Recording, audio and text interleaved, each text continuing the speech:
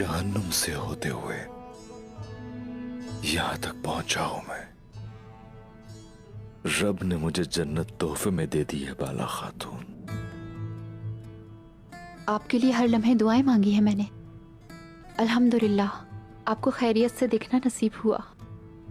अल्लाह ने मुझे सबसे बड़ी खुशी दी है उस्मान साहब।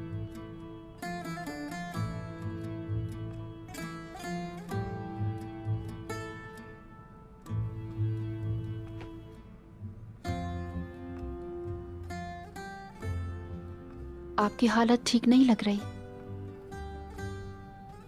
जिन्होंने ये किया खुदा उन्हें तबाह व बर्बाद कर दे। आपको शिफा खाने जाना चाहिए। क्या आप ये सब नहीं जानती?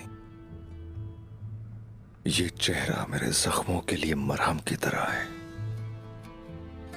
और ये आंखें तारीक रातों में रोशनी। मैं अपना हर दर्द भूल चुका हूं। मुस्कुराती रहो यूं ही। अल्लाह सब्र करने वालों के साथ है। अल्लाह सब्र करने वालों के साथ है बेशक।